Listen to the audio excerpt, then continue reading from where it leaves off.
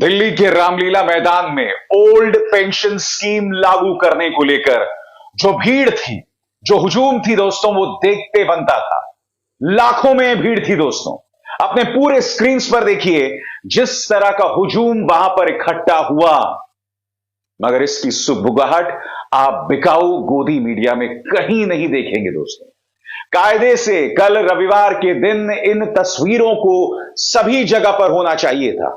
तमाम news channels को debate करना चाहिए था, मगर लगभग सारे चैनल्स खामोश रहे। दो चैनल्स को छोड़ के, और वहां पर भी चैनल्स ने वो कवरेज नहीं किया। उनमें दो पत्रकार थे, एबीपी न्यूज के संदीप चौधरी और राजीव रंजन न्यूज 24 के, जिन्होंने उस पर कवरेज किया, उस पर कार्यक्रम किए, मगर चैनल्स अमूमन इस पर खामोश रहे। यह भीड़ देखते बनती थी दोस्तों। मैं आपको बतलाना चाहूंगा कि इस भीड़ के साथ कांग्रेस के नेता, आम आदमी पार्टी के नेता, किसान नेता राकेश टिकैत भी वहां मौजूद थे। उन्होंने उनकी आवाज के साथ अपनी आवाज मिलाई। आंदोलनकारी कह रहे हैं, जब कांग्रेस अपनी सरकारों में ओल्ड पेंशन स्कीम लागू कर सकती है तो केंद्र सरकार क्यों नहीं कर सकती। आंदोलनकारी कह रहे हैं कि बहुत जरूरी हो जाता है कि केंद्र सरकार इसे लागू करे, फिर राज्य सरकारों पर दबाव नहीं होगा इसे लागू करने के लिए। मगर क्या केंद्र सरकार उनकी बात सुनेगी? क्या प्रधानमंत्री नरेंद्र मोदी इस भीड़ की बात सुनेंगे? क्या गोदी मीडिया इनकी आवाज उठाएगी? दोस्तों, आपको समझना पड़ेगा, इससे पहले जब भी आंदोलन होता था तब क्या होता था। इस भीड़ पर गोदी मीडिया क्यों खामोश है? इस भीड़ पर भारतीय जनता पार्टी के नेता क्यों कुछ नहीं कह रहे हैं? आपको इस बात पर गौर करना पड़ेगा दोस्तों।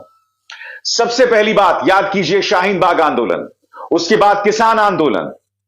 इन दोनों आंदोलनों में क्या हुआ था आपको याद होगा। झूठ का सहारा लिया गया शाहीन बाग की औरतों को बदनाम करने के लिए।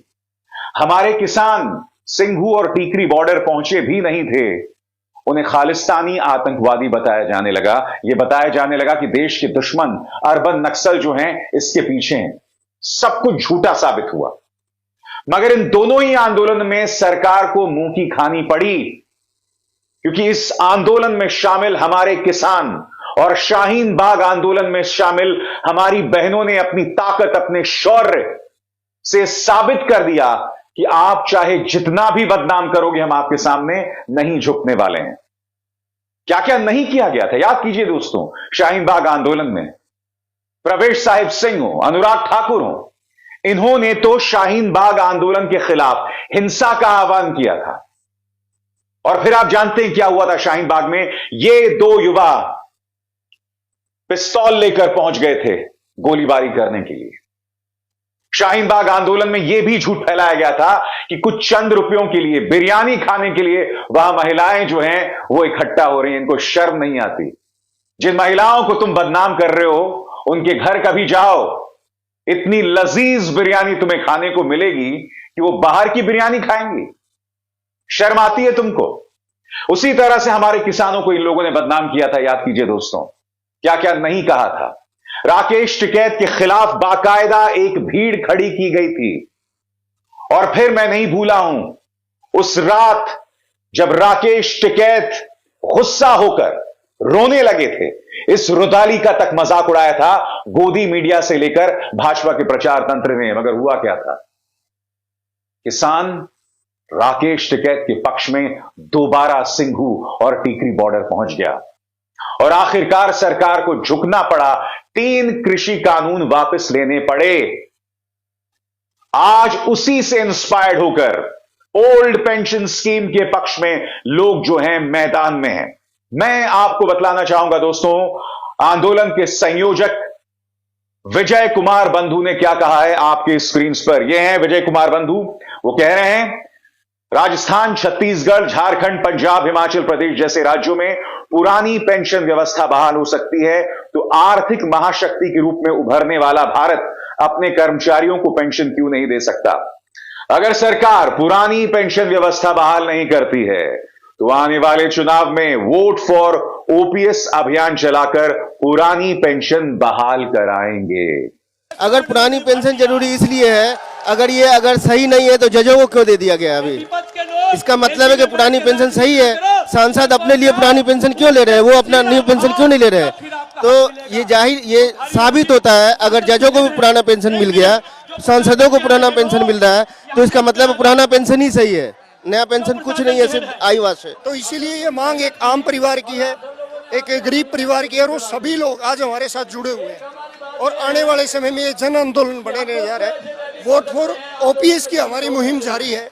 जिस जिस राज्य में जो राज्य सरकार पुरानी पेंशन बहाल नहीं करती, उनके विधानसभा चुनाव में आपने देखा होगा, हिमाचल उसका उदाहरण है, कर्नाटक का उदाहरण है, और अभी और कई सारे उदाहरण बनेंगे जहां सरकार पुरानी पेंशन बहाल नहीं करेगी। नारा लेकर चलेंगे, जो पेंशन बहाल करेगा वो देश पे राज करेगा। तो वो कहते हैं कि हम विश्व की अर्थव्यवस्था में मतलब नंबर 1 पर हैं और विश्व गुरु बनने की तरफ बढ़ रहे हैं। उसके बाद भी अगर हमारी ओपीएस के लिए इस प्रकार से बयान देते हैं तो ये तो बहुत ही हम लोगों के लिए तो बहुत ही दुख की बात है।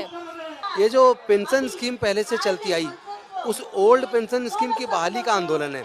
और इसलिए आंदोलन है क्योंकि जो पेंशन है ये आदमी का एक बुढ़ापे का सहारा होती है। और अब तो ऐसा देखना, हमारा बहुत सारे परिवार पेंशन से ही चल रहे हैं। तो पेंशन ये केवल एक पैसा मात्र नहीं है, बल्कि एक स्वाभिमान का प्रतीक है। देखिए, सत्ता पक्ष के लोग अगर बार बार ऐसा कह रहे हैं कि ये पेंशन अच्छी है, तो हम तो वर्तमान सरकार से यही निवेदन करेंगे कि अच्छी पेंशन आप खुद ले लीजिए और पुरानी पेंशन हमको दे दीजिए। आपको कुछ चीजों पर गौर करना पड़ेगा कि आखिर मोदी सरकार इस आवाज को क्यों नहीं सुनती। उसके 2 कारण हैं दोस्तों। पहला, जैसे कि आपने शाहीन बाग आंदोलन में देखा, किसान आंदोलन में देखा, लगातार उन्हें बदनाम करना, इस कदर मास मीडिया के जरिए उन्हें बदनाम कर देना कि फिर उनकी कोई आवाज नहीं सुनेगा। देश की जनता में उनके प्रति किसी तरह की कोई सहानुभूति नहीं होगी, क्योंकि उन्हें बदनाम इतना किया जा चुका है। और दूसरा, उनकी बात ही ना की जाए, उन तस्वीरों को मीडिया में दिखाए ही ना जाए, यह फोकस रहता है दोस्तों। और फिर एक तीसरा पहलू है, क्योंकि मोदी सरकार जानती है, भारतीय जनता पार्टी सरकार जानती है कि चुनाव आने के वक्त कोई भड़काऊ मुद्दा उठा दिया जाए जिसके सहारे वोट्स मिल जाएं। ये ना भूलें, जनवरी में श्री राम के मंदिर का उद्घाटन होना है। कहने को एक पावन आयोजन है, मगर मैं दावे के साथ कह सकता हूं दोस्तों, चाहे गोदी मीडिया हो या भारतीय जनता पार्टी के नेता, ये लोग जहर उगलने वाले हैं हमारे श्री राम के नाम पर। इसीलिए ओल्ड पेंशन स्कीम पर जब यह भीड़ जुटती है तो इसे नजरअंदाज कर दिया जाता है। आइए सुनते हैं संजय सिंह, आम आदमी पार्टी के नेता संजय सिंह ने किस तरह से अपनी आवाज आंदोलनकारियों के पक्ष में रखी है। आपकी बहादुरी को सलाम करता हूं, नमन करता हूं। और राकेश टिकैत जी जानते हैं, खेत के अंदर अगर बैल को ठीक से चलाना होता है तो उसकी नाक में नकेल डालनी होती है। आज इतनी तादाद में इकट्ठा होके इस रामलीला के ऐतिहासिक मैदान में इकट्ठा होके मोदी सरकार की नाक में नकेल डालने का काम आपने किया है। मैं हृदय से बधाई देना चाहता हूं आपको।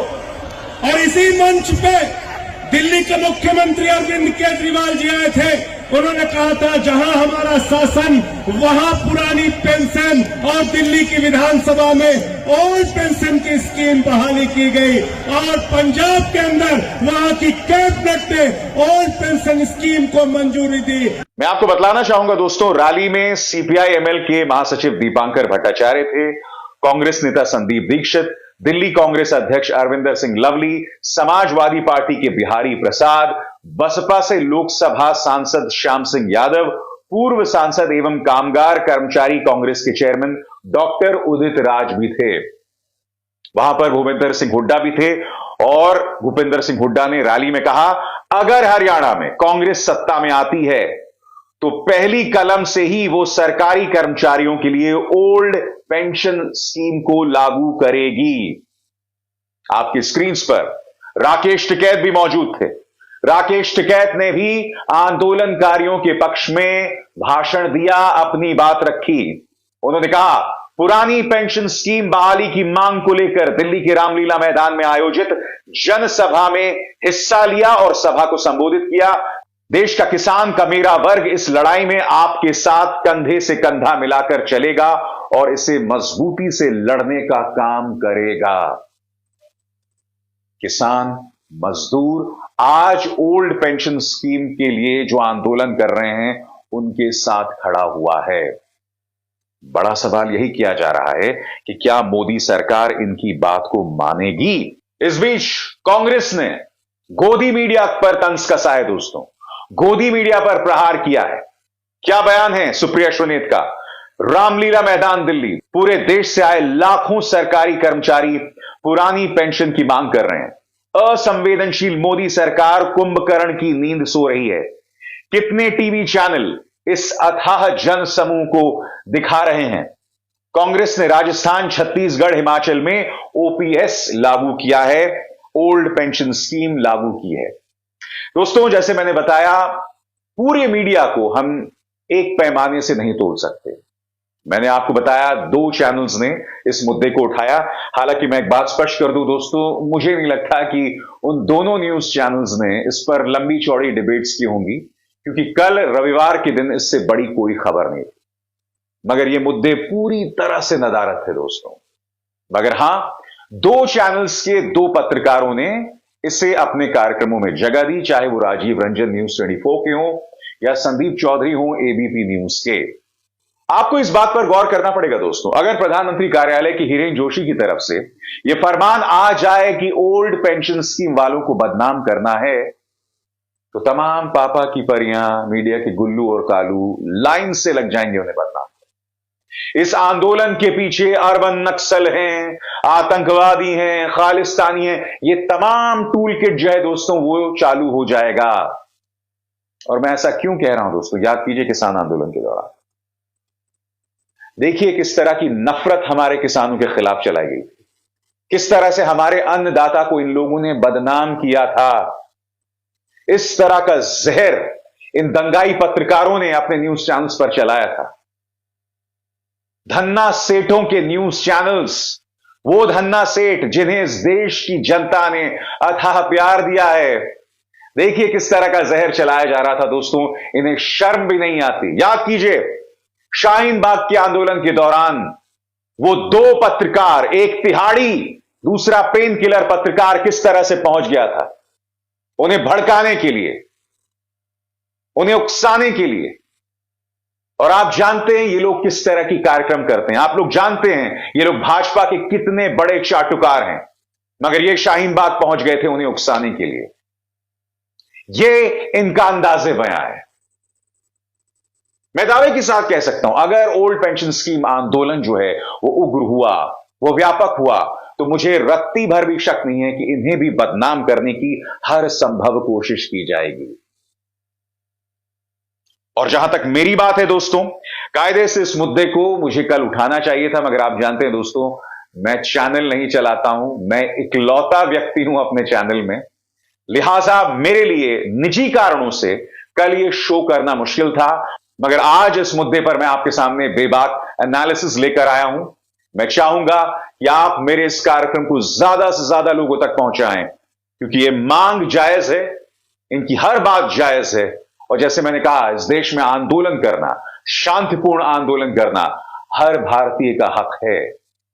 ये तो हम 2014 के बाद देख रहे हैं कि आंदोलनकारियों को बदनाम किया जाता है। जी हां, उन्हें देशद्रोहियों के साथ जोड़ा जाता है।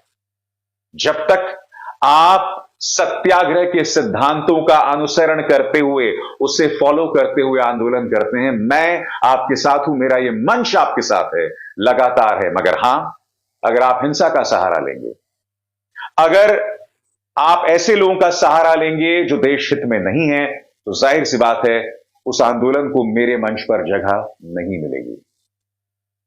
मगर हर शांतिपूर्ण आंदोलन का जो सत्याग्रह के सिद्धांतों का अनुसरण करती है, मैं उनके साथ हूं। अभिसार शर्मा को दीजिए इजाजत। नमस्कार।